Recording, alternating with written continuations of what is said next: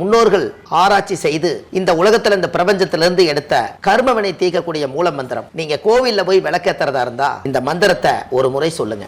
முற்பிறவியில செய்த பாவங்கள் எப்பிறவிக்கும் தொடராமல் இருக்க இப்பிறவியிலேயே என் தந்தை வழியில் வந்த கர்மாவினை, என் தாய் வழியில் வந்த கர்மாவினைகள், என் தாயுடைய கர்ப்பத்திலிருந்து நான் இந்த பூமிக்கு கொண்டு வந்த கர்மாவினைகளும் இன்றோடு நிவர்த்தியாகட்டுன்னு 5 தீபம் விளக்கேத்தி சாமிக்கு தேங்காய் வளம் பூ மாலை கல்கண்டு வாங்கி அர்ச்சனை பண்ணி உங்க ஜாதகத்தை கொண்டு போய் சாமி பாதத்துல வச்சு இன்னையோட எனக்கு எல்லாம் நல்லது நடக்கும்னு மனசார கும்பிட்டு வாங்க. வாழ்க்கையில அசுர வளர்ச்சிக்கு வந்து. அனைவருக்கும் வணக்கம். பாரம்பரிய திருவள்ளுவர் குல வம்சம் பிரசன்ன ஜோதிடர் சுபமாரிமுத்து திருப்பூர்லேருந்து இந்த பதிவு உங்களுக்காக. அவிட்ட நட்சத்திரங்கம்மா. அவிட்ட நட்சத்திரம் அதாவது திருவோணம் 22வது நட்சத்திரமாக இருந்ததுங்க. அவிட்டம் வந்து 23வது நட்சத்திரம். இந்த 23வது நட்சத்திரம் வந்துடுச்சு. இந்த 23வது நட்சத்திரத்தில் அவிட்ட நட்சத்திரத்துக்கு மகர ராசி வருங்க, கும்பராசி வரும். அவிட்ட நட்சத்திரத்தில் பிறந்துக்கிறவங்க செவ்வாய் திசையில் தான் பிறப்பாங்க. என்றைக்குமே பாருங்கள், ஒரு உதாரணமாக சொல்கிறேங்க, சைலண்ட்டாக ஒரு விஷயம் நடக்குங்க. அவிட்ட நட்சத்திரக்காரர் எப்போவுமே தனியாக தான் இருப்பாங்க. ஆனால் ஃபேமிலியோடு இருக்கிற மாதிரி தான் காமிப்பாங்க. ஆனால் அவங்களுக்கு தனியாக தான் இருப்பாங்க. அவங்களுடைய மனசுக்கு அவங்க எதையுமே புண்படுத்தாமல் அவங்க தனிமை விரும்பி எப்போவுமே குடும்பமே இருந்தாலும் கூட கொஞ்சம் தனியாக இருப்பாங்க. இந்த அவிட்ட நட்சத்திரத்தில் ஒருத்தர் பிறந்தால் செவ்வாயுடைய நட்சத்திரம் கொஞ்சம் அமைதியான டைப்புங்க அவங்க. இந்த கும்பத்துக்குள்ளே சந்திரன் வந்துட்டாலே அவிட்ட நட்சத்திரம் வந்து பொதுவாகவே சனியோட வீட்டுக்குள்ளவே அவிட்ட நட்சத்திரம் பிறந்தால் சனினா சுலோ, மன அமைதியாக அப்படியே பொறுமையாக நிதானமாக எல்லோரும் மாதிரி ரொம்ப வேகமாக அப்படியே கொந்தளிக்கிற மாதிரி இல்லாமல் அப்படி ஸ்மூத்தாக அந்த நட்சத்திரம் அப்படியே மெல்லமாக போகுங்க. ஆடம்பரம் இல்லாத நட்சத்திரம். இந்த அவிட்ட நட்சத்திரத்தில் பிறந்தால் சிறு வயசில் கஷ்டப்படுவாங்க. ஆனால் அவங்க பாருங்கள் 32 வயசுக்கு மேலே அவங்க நல்லா இருப்பாங்க. இந்த செவ்வாய் திசையில் அவிட்ட நட்சத்திரத்தில் பிறந்தாங்கன்னா, அவிட்ட நட்சத்திரம் வந்து செவ்வாய் திசை. செவ்வாய் வந்து 7 வருஷ திசைங்க. இந்த 7 வருஷ திசையில் 3 வருஷம் 6 மாதம் தாயுடைய கர்ப்பத்தில் இருப்பு திசை. செவ்வாய் திசை முடிஞ்சு ராகு ஒரு 18 வருஷம், 18 3 21. இந்த ராகு திசை முடிஞ்ச குரு ஒரு 16. அப்போது 20 16 36 1 37. இப்போ இவங்களுக்கு குரு திசையில் தான் கல்யாணங்க. அவிட்ட நட்சத்திரத்தில் யார் பிறந்தாலும் குரு திசையில் தான் கல்யாணம் பண்ணியிருப்பாங்க. இந்த ரகசியம் வந்து இது வரைக்கும் அவங்களே யோசிச்சிருக்க மாட்டாங்க. எப்படி அவர் குரு திசையில் கல்யாணம் பண்ணுன்னு சொன்னார்? ஆச்சரியமாக இருக்குதே. எல்லோரும் கல்யாண திசை இது வரைக்கும் யாருமே சொல்லலையே, எப்படி கரெக்டாக கல்யாண திசை சொன்னார் அப்படின்னு நினைப்பாங்க. அந்த இடத்துல கால்குலேஷன் நம்ம போட்டு பார்த்தா கரெக்டாக அவருடைய பாரம்பரியமாக அந்த கணிதம் படித்ததில் செவ்வாய் திசை முடிஞ்சு ராகு திசை முடிஞ்சு குரு திசை வரும்போது குரு என்பது குருவலன் வந்த மாதிரி சுப நிகழ்ச்சிகள் நடக்கும். 20 வயசுக்கு மேலே ஆதி காலத்தில் கல்யாணம் பண்ணி வச்சு பிள்ளைய நம்ம வீட்டில் வச்சிடக்கூடாது, நேரங்காலத்திலேயே பிடிச்சி ஒரு மனுஷன் கையில் பிடிச்சி கொடுத்துடணும்னு சொல்லி அந்த காலத்திலே பழமொழி உண்டு. அதனால் என்ன பண்ணிடுவாங்கன்னா, வயசு பொண்ணுங்களை நீ அங்கே பார்க்காத இங்கே பார்க்காத இப்படியெல்லாம் சொல்லி பிள்ளைய பெற்றுட்டாலே தாய் வந்து அடிமடியில் கட்டி வளர்த்தோன்னு பெரியவங்க சொல்லி கொடுப்பாங்க. ஏன் அப்படின்னு கேட்டிங்கன்னா, அந்த குழந்தை பிள்ளைகளுக்கு அது தெரியாதுங்க. ஏதோ மனசு ரீதியாக ஒரு ஆசை வச்சுட்டாங்கன்னா அவங்க மைண்ட்லேருந்து எடுக்க முடியாதுன்ட்டு ஆசைகள் வளராதுக்கு முன்னாடியே பெரியவங்க பார்த்து கட்டி கொடுத்துருவாங்க. எப்படிங்கம்மா? இதெல்லாம் அந்த காலத்தில் முன்னோர்கள் பழமொழி சொல்லி வச்சாங்க. இதெல்லாம் இன்றைக்கி நம்மளுக்கு கொஞ்சம் கிடைக்கிறது கொஞ்சம் வரப்பிரசாதம் தாங்க.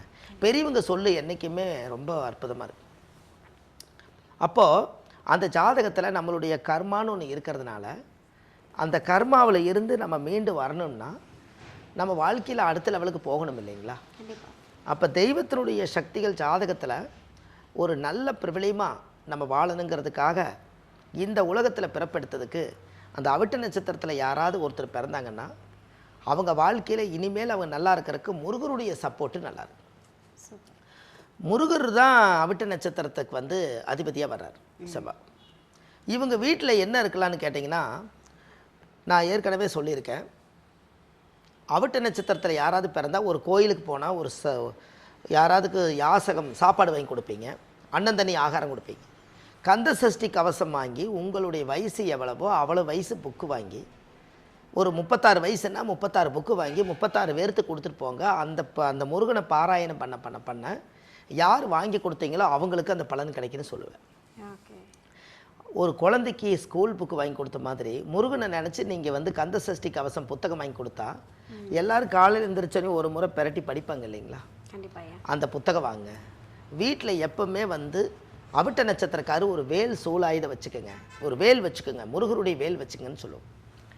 அவிட்ட நட்சத்திரத்தில் ஒருத்தர் பிறந்தால் தவிட்டு பானையெல்லாம் தங்கம்மா. எனக்குமா அவிட்ட நட்சத்திரக்காரு தவிட்டு பானையெல்லாம் தங்கம்மா. அவிட்டம் தவிட்டு அந்த காலத்தில் சொல்லுவாங்க. அவிட்ட நட்சத்திரம் வந்து தவிட்டு பானையெல்லாம் தங்கம்மா. அப்படின்னா என்னங்க, மிச்சம் வச்சு பிழைக்கிறது அவிட்ட மாட்டை யாரும் பிழைக்க முடியாதான். இல்லைனாவது சோப்பில் காசு வச்சுருப்பாருங்கன்னு. ஓகே. என்கிட்ட பணம்லாம் இல்லைம்மா, என்கிட்டலாம் கேட்காத நீ சும்மா நல்லா வேலை வெட்டிக்கு போய் பல நாள் ஆச்சு அப்படிம்பாரு. ஆனால் காசு சுருட்டி வச்சுருப்பாருங்களா. அந்த தவிட்டு பானையெல்லாம் தங்கம்னு எதுக்கு சொன்னாங்கன்னா, அந்த காலத்தில் பீருவா கிடையாது, கூட்டுறவு வங்கி கிடையாது, பேங்க்கு கிடையாது. அதனால் என்ன பண்ணுவாங்கன்னா மொடாவாக ஒரு 7 மொடா வச்சுருப்பாங்க வீட்டுக்குள்ளே. அதில் தவிடு போட்டு வச்சுருவாங்க. நெல் அரைச்ச தவிடு இருக்குது இல்லைங்களா, அதை வந்து லைனாக போட்டு வச்சுருவாங்க. இந்த தவிடுக்குள்ளே வந்து இந்த தவிடு இருக்குது இல்லைங்களா, இந்த தவிட்டுக்குள்ளே கொண்டு வந்து காசை சம்பாதிக்கிறதெல்லாம் கொண்டு வந்து 3வது மொடாவோ 5வது மொடாவிலையும் ஏதோ ஒன்று தவிட்டுக்குள்ளே வச்சுருவாங்க. யார் வைக்கிறதுங்க, அவிட்ட நட்சத்திரக்காரர் வைக்கிறது. அந்த நாள் அவிட்ட நட்சத்திரம் கல்யாணம் காட்சி வரும்போது அந்த தவிட்டுக்குள்ளேருந்து காசை எடுத்து கல்யாணம் பண்ணுவாங்களா. அதனால் அன்றைக்கி பழமொழி என்னென்னு கேட்டிங்கன்னா, அவிட்ட நட்சத்திரம் தவிட்டு பானையெல்லாம் தங்கம். தங்கத்தை ஒழிச்சு வைக்கிறதே தவிட்டு பானையில் தானுங்க. தவிட்டு பானையில் என்னங்க, தவிடு போட்டு வச்சுக்கிற பானைக்குள்ளே வச்சுட்டா தெரியாது இல்லைங்களா, எதுன்னு தெரியாதுல்ல. அதுக்காக அது சொன்னது. எல்லாம் பாருங்கள், அந்த காலத்தில் பழமொழிகள் இருக்கா இல்லைங்களா, ஜோசியத்துக்கு கூட பழமொழி இருக்குது. அப்போ இந்த முன்னோர்களெல்லாம் அந்த காலத்தில் வாழ்ந்ததில் ஒரு பெரிய ஒரு ஆராய்ச்சி என்னென்னு கேட்டிங்கன்னா, வாழ்க்கையில் அடுத்தடுத்த லெவலுக்கு போகிறதுக்கு அவிட்ட நட்சத்திரக்கார் என்றைக்குமே அவங்க பேச்சு, அவங்க யாராவது ஒருத்தர் சொன்னால் கூட கேட்க மாட்டாங்க, அவங்க புத்தியிலே அவங்க வாழ்ந்துட்டுருப்பாங்க. அப்போ அவர் பிறக்கும்போது செவ்வாய் திசையில் பிறப்பார். செவ்வாய் திசை 3 வருஷம் 6 மாதம். அப்போ செவ்வாய் திசை முடிஞ்சு ராகு திசை 18 வருஷங்க. இந்த 18 வருஷத்தை இதை கொண்டு போய் சேர்த்திங்கன்னா 18×3=21 ஆச்சு. இவருக்கு சிறு வயசுலேயே ராகு திசை போயிடும். இந்த ராகு திசை சின்ன வயசில் வரக்கூடாதுன்னு சொல்லிக்கிறேன் இல்லைங்களா. அப்போ இந்த ராகு திசை வந்துருச்சு, என்ன நடக்க அப்படின்னு கேட்டிங்கன்னா, 18 வருஷம் ராகு திசைன்னா அவர் 18 வயசில் வயசு பையனாக தான் இருப்பாருங்க. ஒரு 3 வருஷம் இந்த இருப்பத்துக்கு போட்டால் 21 வயசில் கரெக்டான வயசு பையனாக இருப்பார். அப்போ இவருக்கு என்னென்னு கேட்டிங்கன்னா, கல்வி வந்து தடவரும். கல்வி விட்டுட்டு ஏதாவது ஒரு வேலைகளை செய்து மாட்டிக்கிறது, தேவையில்லாத மன உளைச்சல்களை கொடுத்துக்கிறது, மனசுக்குள்ளே பாரத்தை இறக்கிக்கிறது, இப்படி ஏதாவது ஒரு பிரச்சனைகள் வந்து ஜாதகத்தில் வந்து உட்காந்துக்குங்க. இதனால் ஒரு மனசு வேதனைப்படும். அப்போ ஜாதகத்தில் வந்து அந்த பிறக்கும்போது ராகதிசை வந்து கரெக்டாக பாருங்கள், 21 வயசில் ராகதிசை முடிச்சிடும். அப்போ படிப்பை தடை பண்ணி மறுபடியும் படிப்பார். ஆமாங்க, படித்து எப்படி வந்துடுவார், குரு திசையில் கல்யாணம் பண்ணிடுவார். பாருங்களேன், 21 வயசுக்கு மேலே 16 வருஷம் குருங்க. அப்போ 20 ஒரு 16 36 1 37 வயசுக்குள்ளே இவர் குரு திசை முடிஞ்சிருங்க. இந்த குரு திசைக்குள்ளே கல்யாணம் பண்ணி, குருன்னா குழந்தை, 2 குழந்தைகளும் பிறக்கும், ஆண் ஒன்று பெண் ஒன்று பிறக்கும், பெண் குழந்தைகளும் பிறக்கும். இந்த குழந்தைகள்லாம் பிறந்ததுக்கப்புறம் அவர் அந்த குழந்தைகளுக்கு தேவையானது எல்லாமே அவர் செய்வார். குழந்தைகளுக்கு எல்லாமே தேவையானது எல்லாமே செய்வார். அப்புறம் அதுக்கப்புறம் பார்த்திங்கன்னா அவங்களுடைய வாழ்க்கையில் ஒரு பெரிய மாற்றத்தை உருவாக்கிடும். அப்புறம் 36 வயசுக்குள்ளே இடம் வாங்கி வீடு வாசல் கட்டி தொழில்துறையெல்லாம் அமைச்சு இந்த சமுதாயத்துக்கு என்னென்ன தேவையோ அதுகளை எல்லாத்தையும் கரெக்டாக செய்து வச்சு நல்லா ஒரு சந்தோஷமாக வாழ்கிறதுக்கு உண்டான வழிகளை எல்லாம் தேடி வச்சுருவார். 36 வயசு வரும்போது இந்த குரு திசை முடிஞ்சு சனி திசை 19 வருஷங்க. அப்போ 36க்கு அப்புறம் சனி 19 வருஷம் வந்தால் கிட்டத்தட்ட 55 56 வயசு 60 வயசு பக்கம் ஓடிடுவார். அப்போ இந்த சனி மகா திசையிலேயே அவர் ரிட்டையர்ட் ஆகிறாரு. சனியும் புதனும் அவருக்கு ரிட்டையர்டு வயசுங்க. அப்போ இவருக்கு சனி திசையிலேயே புதன் திசையிலே ரிட்டையர்ட் ஆகிட்டாருன்னா, அவிட்ட நட்சத்திரக்காரர்களுக்கு எல்லாமே இதுவரைக்கும் தேடி வச்ச செல்வம் எல்லாமே கடமை முடிக்கிற காலம் சனியும் புதனுமே. அப்போ பாருங்கள், இது நம்ம தெரிஞ்சுக்கிட்டாங்கன்னா இவங்க வேக்கியானமாக பிழைப்பாங்களங்கன்னு.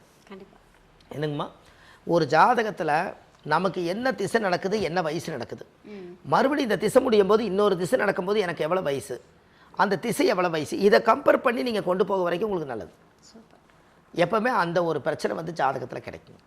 அப்போ ஜாதகத்தில் வந்து பாருங்கள், இப்போ நம்ம வயசை என்னைக்காவது ஒரு நாள் நம்மளே போட்டு பார்த்துக்குவோம். ஓ, நம்மளுக்கு இவ்வளோ வயசாச்சல்ல, ஓ பாரு நம்ம இது வரைக்கும் என்ன இருப்பு வச்சுக்கிறோம், வீடு கட்டிக்கிறோமா, நம்ம இடம் இருக்குதா, வாகனம் இருக்குதா, பேங்க் பேலன்ஸ் எவ்வளோ இருக்குது, நம்மளை பற்றி நம்ம யோசிக்க மாட்டாங்களா. ஒரு குறிப்பிட்ட ஏஜுக்கு மேலே நமக்குள்ளே ஒரு சோகம் வரும். அதனால் நீங்கள் எப்போவுமே அவிட்ட நட்சத்திரக்கார் பார்த்தீங்கன்னா பேனாவை எடுத்து கணக்கு போட்டு நான் யார்கிட்ட கடன் வாங்கிக்கணும் வருஷம் எழுதுவார். அப்போ இவருக்கு இவ்வளோ கொடுக்கணும், இவருக்கு இவ்வளோ கொடுக்கணும், இவருக்கு இவ்வளோ கொடுக்கணும், ஓ இவ்வளோ வாய்ப்போச்சா, ஆஹா இதெல்லாம் அடைக்கிறேன்னா அப்போ அடுத்த வருஷத்துக்குள்ளே முடிச்சா தானே நம்ம அடுத்த லெவலுக்கு போக முடியும். இது கணக்கு போட்டு வாழ்கிற நட்சத்திரம் அவிட்டம். அதனால தான் சிக்கனமாக பொழைக்கிங்கிறது தான் அவிட்ட நட்சத்திரத்தை அவிட்டுப்பான காசு வாங்க முடியாதுங்கன்னு அவர் கேட்டேன். தனியாகவே சுற்றுவார். ஃபேமிலி இருந்தாலும் அவருக்கு தனிமை விரும்பி அவிட்டம் என்பது. அப்போ அது ஜாதகத்தில் வந்து முன்னோர்களுடைய ஆசீர்வாதங்கள் அவங்களுக்கு இருந்துக்கிட்டே இருக்கு. அதே போல் முருகன் அவங்க கண்டிப்பாக கும்பிடணும். வாழ்க்கையில் அவிட்ட நட்சத்திரத்தில் யாராவது ஒருத்தர் பிறந்த 6 வடை முருகரை போய் கும்பிட்டு வந்துடணுங்க. ஏன்னா செவ்வாய் திசையில் யாரெல்லாம் பிறந்திருக்காங்களோ அவங்க 6 வடை வீடு தான் சொந்த வீடு, 7வது வீடு தான் இவங்க வீடுங்க. என்ன இவங்க குடியிருக்கிற வீடு யாராவதுக்கு வீடே அமையலைங்க, எனக்கு வீடு அமையலை, நான் எவ்வளோ நாள் நான் 40 வருஷமாக வாடகை வீட்டிலே இருக்கிறேன்னா 6 வட வீட்டுக்கும் போய் சாமி கும்பிட்டு வந்தால் 7வது வீடு இவருக்கு சொந்த வீடு அமையுங்கன்னு. அது நீங்கள் கண்டிப்பாக அது செவ்வாய் திசையில் பிறந்தவங்களுக்கு செவ்வாயுடைய ஆதிக்கம் 10ஆவதுனால தான் பூமி அமைய மாட்டேங்குது. அப்போ பூமி சம்மந்தப்பட்ட செவ்வாயோட ஆதிக்கம் யாருக்குன்னா முருகன். அப்போ 6 முருகர் தான் இந்த உலகத்தில் படையெடுத்தாங்க. அதனால் 6 பட வீட்டையும் போய் கும்பிட்டு வந்தாச்சுனால் 6 முருகருடைய சக்தி 7வது வீடாக மாறுமா. சூப்பர். அப்போ ஜாதகத்தில் பாருங்கள், தெய்வம் அமைச்சு கொடுக்குற வீட்டில் தான் குடியிருக்கணுங்கிறது விதி இருக்குது. அப்போ அவங்க ஜாதகத்தில் பாருங்கள், பூர்வ ஜென்மத்தினுடைய யோகங்கள், அதனுடைய பவர்கள், இது எல்லாமே வாழ்க்கையில் ஒரு பெரிய அசுர வளர்ச்சிக்கு வர்றதுக்கு இந்த யோகம் நம்மளுக்கு சரியாக வரும். அப்போ இதெல்லாம் நம்ம ஜாதகத்தில் வந்து முன்னோர்கள் இது எல்லாம் வந்து சரிப்படுத்தி வச்சுக்கிறனால தான் இதுவரை காலமாக நம்ம வாழ்க்கை இவ்வளவு காலம் வந்ததுக்கு காரணம். அப்போது அந்த பூர்வ ஜென்மத்தினுடைய கணக்கை இந்த காலகட்டங்களில் நம்ம எல்லா விஷயத்தையும் செஞ்சுருக்கிறோம். அவிட்ட நட்சத்திரம் பிறந்துக்கிறவங்களுக்கு கோயில் கொடுத்துட்றேங்க. அந்த கோயிலுக்கு அவங்க போய் சாமிக்கு தேங்காய் பழம் பூ மாலை கல்கண்டு வச்சு அர்ச்சனை பண்ணி அந்த கோவிலில் சாமி கும்பிட்டு வந்தாச்சுன்னு சொன்னால் அவங்க வாழ்க்கை ரொம்ப நல்லா இருக்குங்க.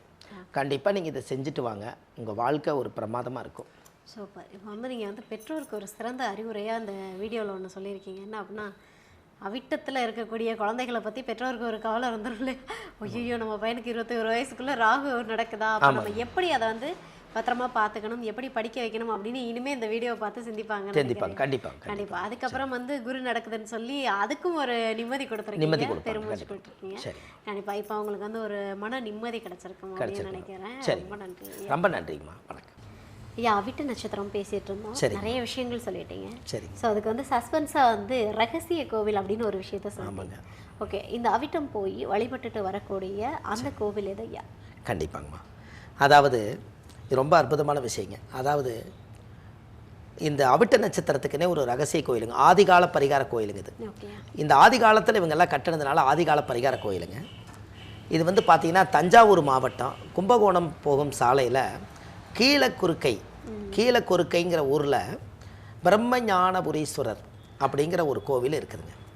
இந்த கோவிலில் போய் இந்த அவிட்ட நட்சத்திரத்தில் யார் ஒருவர் பிறந்தாலும் அந்த கோவிலில் போய் ஜாதகத்தை வச்சு 5 விளக்கு தெய்வம், சுவாமிக்கு தேங்காய் பழம் பூ மாலை கல்கண்டு வாங்கி அர்ச்சனை பண்ணி அந்த கோவிலில் சாமி கும்பிட்டு வந்துட்டாங்கன்னா அவங்க வாழ்க்கையில் அன்னையிலேருந்து பூர்வ ஜென்ம கர்ம வினை நிவர்த்தி ஆகுதுங்க. அதுக்கப்புறம் அவங்க வாழ்க்கை அசுர வளர்ச்சிக்கு வருங்க. நல்லதே நடக்கும். வாழ்க்கையில் ஒரு முறை போயிட்டு வாங்க, ரொம்ப நல்லா இருக்குங்க.